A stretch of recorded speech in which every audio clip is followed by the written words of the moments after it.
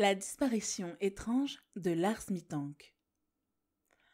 La disparition de Lars Mittank est restée non résolue depuis le jour où il a disparu le 8 juillet 2014. Cette affaire a laissé de nombreuses personnes perplexes depuis que la vidéo bizarre de sa fuite de l'aéroport de Varna est devenue virale en ligne. Lars a ainsi été surnommé la personne disparue la plus célèbre de YouTube. Qu'est-ce qui a mené à ce jour ? Et que fuyait Lars ? Salut à tous! Avant de plonger dans notre nouvelle enquête, abonnez-vous à la chaîne et activez la cloche de notification si vous êtes nouveau par ici. Lars Mittank est né le 19 février 1986 à Berlin, en Allemagne. Quand Lars était un jeune garçon, sa famille a déménagé dans la Marne, à un peu plus de 4h30 de Berlin. Peu après, ils ont à nouveau déménagé cette fois à Itzehoe. Itzehoe est une petite ville tranquille par rapport aux villes voisines, un endroit idéal pour élever des enfants. Enfant, Lars se faisait facilement des amis et s'entendait bien avec ses camarades. Il aimait passer du temps en plein air et s'est découvert une passion pour la pêche, la plongée et les voyages pendant son adolescence. Lars était également un grand fan de football et essayait toujours d'assister aux matchs de l'équipe de sa ville natale, les SV Werder Bremen. À l'âge adulte, Lars était un travailleur acharné qui aimait sa famille et était connu par beaucoup comme un homme facile à vivre. Il a travaillé dur pour obtenir ses qualifications afin de devenir opérateur de centrale électrique. Il a décidé de ne pas suivre la voie universitaire de 4 ans et a plutôt suivi des cours avancés axés spécifiquement sur ce métier. Lars a excellé dans ses cours et a terminé avec les meilleures notes. Il n'est pas surprenant qu'un emploi se soit rapidement présenté et qu'il ait été employé à la centrale électrique de Wilhelmshaven. Le seul inconvénient de ce travail est qu'il l'éloigne de 150 km d'Itzehoe et de sa famille. Mais cela n'a pas inquiété Lars, il était très doué pour rester en contact avec tout le monde. Malheureusement, en 2012, le père de Lars a subi une attaque cérébrale. Cela signifiait qu'il aurait désormais besoin de soins 24 heures sur 24. Dans une véritable démonstration de son amour pour la famille, Lars a voyagé à la maison entre les quarts de travail du week-end pour aider sa mère à s'occuper de son père. C'était le genre de personne que Lars était, faisant toujours passer les besoins des autres avant les siens. Tout s'est bien passé pour Lars jusqu'en 2014. Il assistait toujours aux matchs de football aussi souvent qu'il le pouvait et entretenait une relation saine avec sa petite amie depuis plusieurs années. Tout allait bien pour lui jusqu'à son voyage en Bulgarie. Durant les mois d'été 2014, Lars a décidé de prendre des vacances. La vie était belle, mais elle était aussi stressante. Travailler à temps plein en tant qu'ingénieur et essayer de s'occuper de son père en même temps n'était pas facile pour lui. Le 30 juin 2014, Lars Mittank, 28 ans, s'est rendu à Varna en Bulgarie avec un groupe de 5 amis. Il en connaissait 3 depuis l'enfance et les 2 autres depuis l'école. Mais ce n'est pas Lars qui a planifié ce voyage.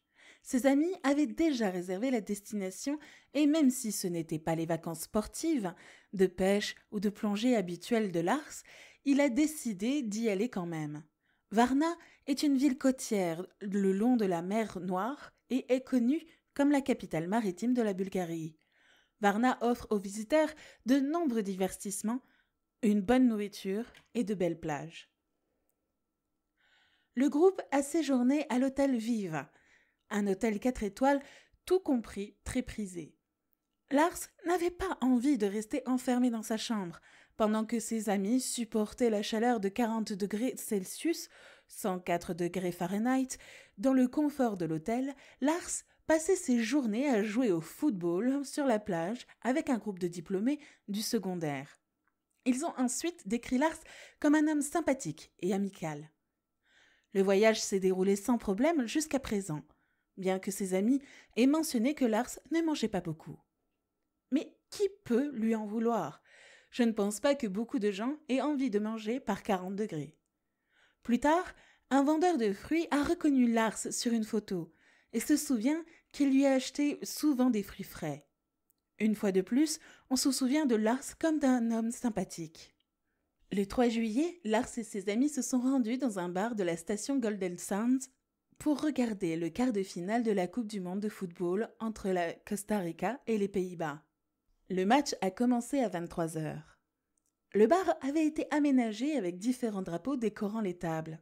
Lars, bien sûr, portait son maillot des Werder Bremen et après quelques verres, il a commencé à échanger des drapeaux sur différentes tables.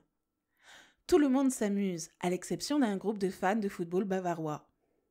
Comme le groupe avec lequel Lars avait joué au football sur la plage, ce groupe était aussi récemment diplômé du lycée. Il y a eu une sorte d'altercation entre eux, mais rien de bien grave. Le groupe de Lars a passé une bonne nuit et n'a quitté le bar que vers 4 heures du matin le lendemain. 2 de ses amis voulaient aller au McDonald's voisin, mais Lars a décliné l'offre et a dit qu'il était heureux de faire les 1 km de marche pour rentrer à l'hôtel. Sur le chemin du retour, Lars a été attaqué par un groupe de Russes ou de Bulgares, selon ses dires. Il a ensuite émis l'hypothèse que ce sont les supporters des Bayern qui ont engagé les hommes pour le frapper. Apparemment, il avait dit quelque chose du genre « En Bulgarie, il est facile d'engager une personne pour frapper quelqu'un pour peu d'argent ». Lars n'a pas été sérieusement blessé, mais il a reçu un coup dur à l'oreille. Après avoir dormi jusqu'à midi, Lars téléphone à sa petite amie et lui raconte l'incident et son oreille douloureuse. Elle lui a demandé à plusieurs reprises d'aller voir un médecin, s'inquiétant à juste titre de ce qui s'était passé. Mais Lars n'était pas d'accord, car il ne pensait pas qu'un médecin serait ouvert le week-end. Il espérait également que son oreille reviendrait à la normale assez rapidement. Ce soir-là, le groupe est ressorti ensemble et a passé les 2 derniers jours de vacances à se détendre. Le 7 juillet est le jour du départ du groupe. L'oreille de Lars n'est toujours pas guérie et il est nerveux à l'idée de rentrer chez lui. Son audition est importante pour son travail à la centrale électrique et il ne veut pas la mettre en danger. Il décide de prendre un taxi avec un ami pour se rendre chez un médecin local. Après l'examen, le médecin lui dit que Lars ne peut absolument pas prendre l'avion pour rentrer chez lui, qu'il a un tympan rompu et que la pression de l'avion entraînerait des dommages auditifs permanents. Lars a été envoyé à l'hôpital de Saint-Anna de Varna. Avant de se rendre à l'hôpital, Lars a voulu discuter avec son groupe de la meilleure façon de procéder. Ils ont tous proposé de prolonger leur séjour pour que Lars ne reste pas seul en Bulgarie. Mais Lars a insisté sur le fait que tout irait bien. Une navette a pris les 5 à l'hôtel et les a conduits à l'aéroport. Lars a pris un autre taxi pour l'hôpital de Saint-Anna. Le rendez-vous était bizarre. Il est entré dans la salle de consultation avec un spécialiste ORL et a été examiné. Selon Lars, le médecin l'a traité d'un mot injurieux et n'a fait aucun effort pour communiquer avec lui. Même s'il n'a pas été admis, il a dû payer une facture de 60 €. On lui a toutefois prescrit un antibiotique, le Cefzil 500.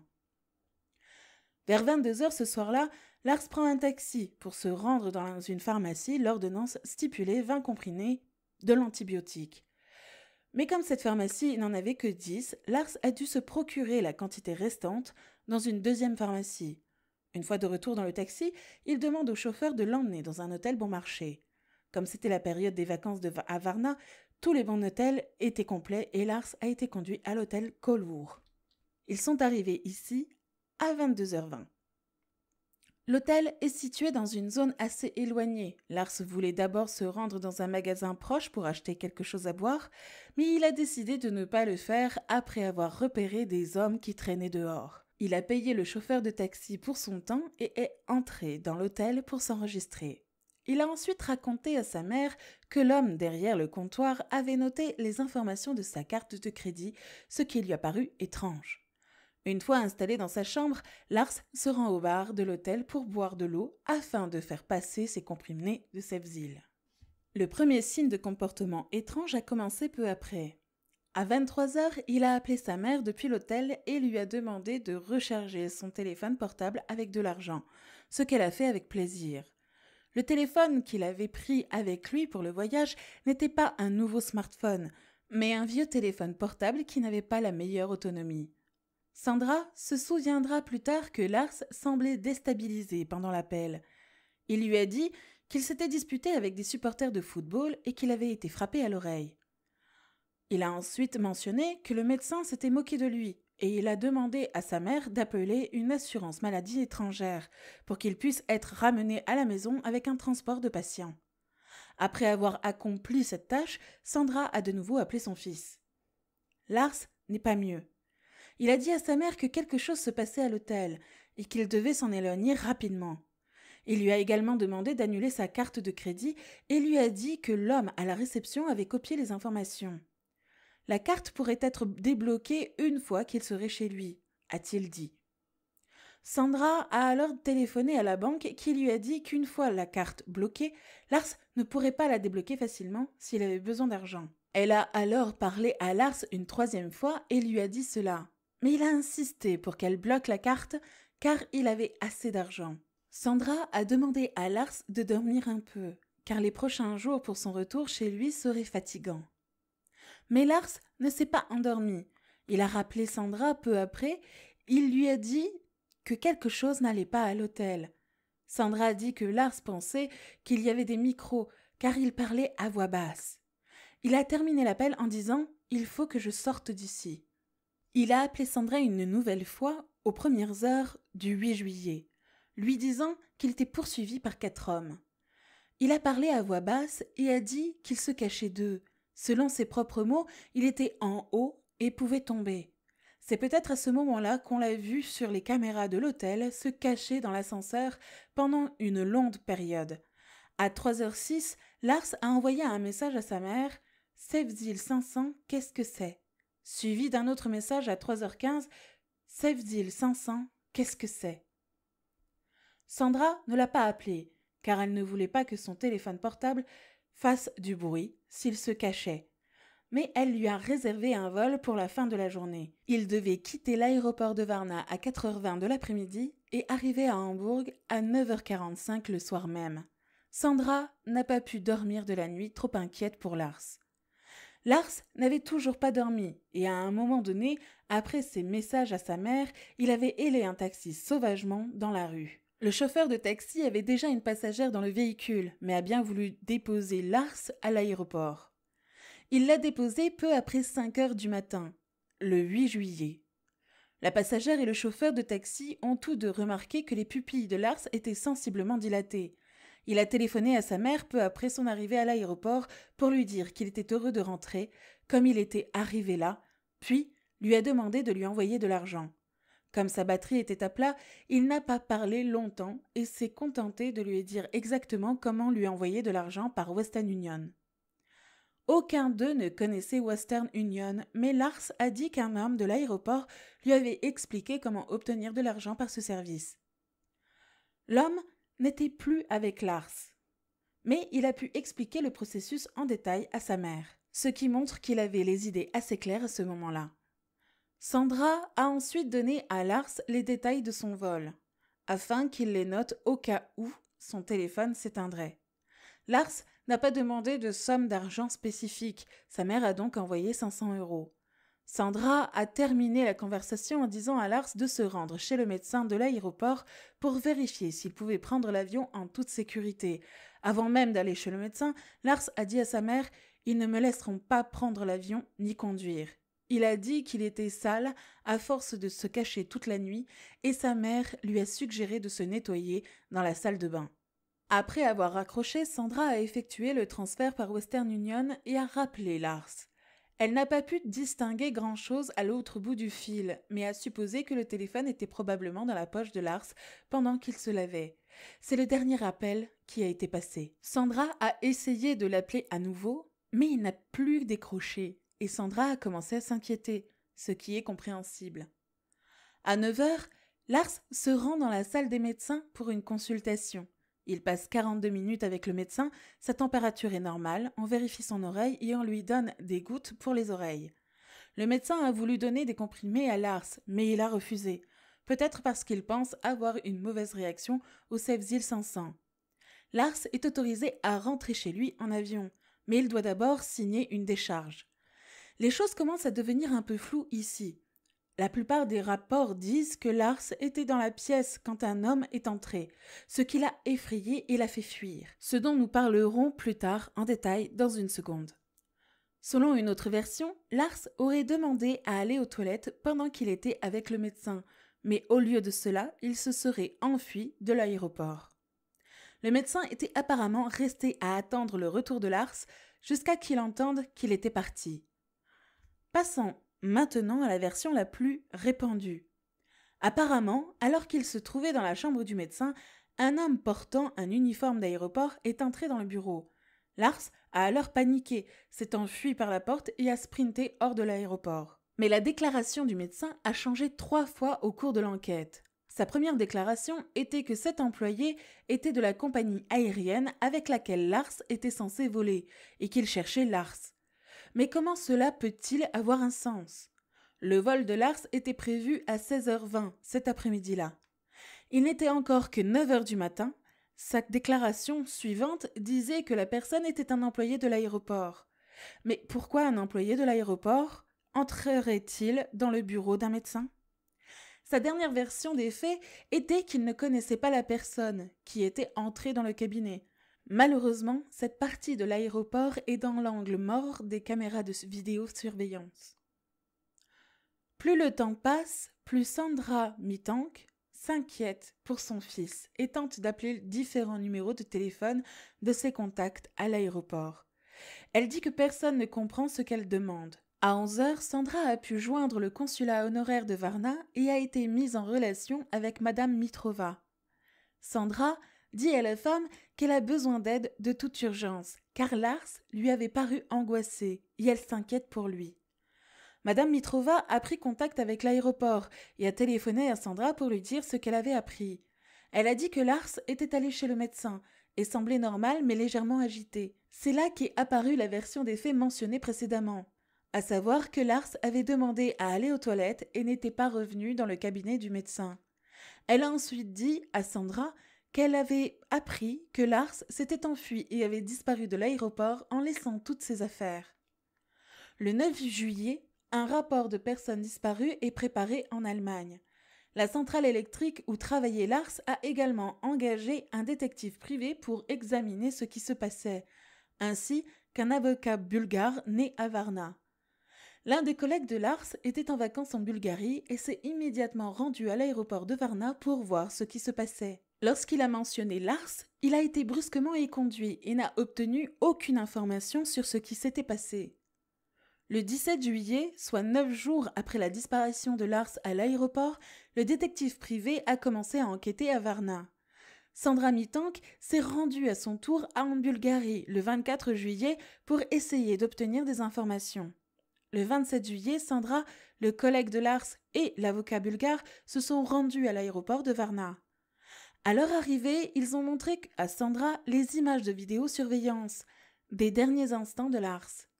Bien qu'elle ait vu son fils s'enfuir de l'aéroport en courant, Sandra était soulagée. Elle pensait qu'il savait ce qu'il faisait et qu'il s'était mis en sécurité. Mais je pense, personnellement, qu'il s'agit plutôt d'une mère qui essaie de garder espoir. Les images sont pour le moins troublantes. Il ne fait pas que courir. Lars sprint tout le long de l'aéroport. Il est clairement terrifié. Il y a quelque chose de très important à mentionner ici. Certaines séquences que Sandra a vues ici n'ont pas été envoyées à la police 7 mois plus tard. Sandra se rappelle avoir vu Lars s'arrêter soudainement après avoir quitté l'aéroport, puis tapoter sa poche arrière comme s'il cherchait son portefeuille. Il semble regarder autour de lui et aperçoit une voiture de police à environ 20 mètres. Il semble ne pas vouloir attirer l'attention sur lui et enjambe une clôture de 2 mètres de haut. On a ensuite remis à Sandra le sac Adidas de son fils et son contenu, et on lui a montré une impression du contenu. Le Sebzil 500 est apparu 2 fois sur la liste, une fois avec 10 comprimés et une seconde avec 7. On peut donc supposer que Lars en a pris 3. Ils ont ensuite quitté l'aéroport et sont allés directement remplir un rapport de personnes disparues avant de retourner à l'hôtel. Sandra a ensuite fouillé dans les affaires de Lars. Tout semblait ordonné tel que Lars l'aurait gardé, mais il manque quelque chose. Le Sebzil. Sandra est retournée à l'aéroport avec l'avocat pour demander où étaient les pilules. Au lieu d'une réponse, on leur remet la même liste, mais cette fois, le Sebzil n'y figurait pas. Sandra est choquée. Heureusement, elle avait montré à l'avocat le Safezil figurant sur la liste la veille. Sandra a paniqué à ce moment-là, se sentant très accablée. Que diable se passait-il ici? Elle s'est alors débarrassée de son avocat qui, selon elle, agissait de façon étrange face à la situation. Il n'a pas tenu compte de tout ce qu'elle a dit et lui a dit, plus tard, que ses contacts lui avaient conseillé d'arrêter de chercher. Cette affaire est vraiment bizarre. Sans vouloir passer pour un théoricien de la conspiration, pourquoi semble-t-il que tant de personnes aient essayé d'arrêter l'enquête? Pourquoi les déclarations du médecin ont-elles changé 3 fois? Et pourquoi la police a-t-elle reçu des images différentes de celles que Sandra a vues? Maintenant, les théories possibles. Peut-être que la blessure de Lars était plus grave qu'un tympan éclaté. Peut-être qu'il a souffert d'une blessure à la tête assez grave qui n'a pas été identifiée à l'hôpital comme elle aurait dû l'être. Il est prouvé qu'un coup assez grave à la tête peut affecter le caractère, l'humeur, provoquer la panique et dans les cas les plus graves, la psychose. Peut-être qu'il a souffert d'amnésie et a oublié qui il était et est devenu confus. Mais si c'était le cas, ne l'aurait-on pas retrouvé à proximité? L'une des théories les plus répandues est que Lars a eu une réaction indésirable au Safezil. La substance active du Safezil est le Cefprozil, un produit peu prescrit dans l'Allemagne natale de Lars. C'est un antibiotique puissant avec plus d'effets secondaires potentiels que d'autres antibiotiques comparables. Les effets secondaires de paranoïa et d'hallucination sont rares mais possibles. Une autre possibilité est que Lars ait développé une schizophrénie. L'âge de début des symptômes se situe généralement entre 16 et 20 ans. Lars serait donc en fin de carrière en termes d'âge. Mais il n'y a pas d'antécédent de problèmes de santé mentale dans la famille de Lars, ce qui rend également cette hypothèse peu probable. Certains pensent que tout s'est passé dans une tempête parfaite, pour ainsi dire. La vie de Lars à la maison était stressante. Il est ensuite parti en vacances, où il a été battu, a eu une interaction bizarre avec un médecin, les effets secondaires des antibiotiques puissants, il a été laissé seul dans un pays qu'il ne connaissait pas, et tout cela est devenu trop fort, et il a eu un trouble mental. Certaines personnes choisissent de croire que Lars fuyait effectivement quelqu'un. Peut-être n'était-il pas paranoïaque, peut-être un groupe de personnes le suivait-il. Je ne pense pas que ce soit l'explication la plus probable, mais je ne nierai pas l'étrangeté des événements qui ont suivi sa disparition. Jusqu'à ce que le corps soit découvert et que Lars puisse être enterré, sa famille garde l'espoir qu'un jour leur fils reviendra à la maison. À votre avis, quelle est la cause de l'étrange disparition de Lars Mittank? Donnez-nous votre avis dans les commentaires. Merci d'avoir regardé cette vidéo et à très bientôt pour une prochaine enquête.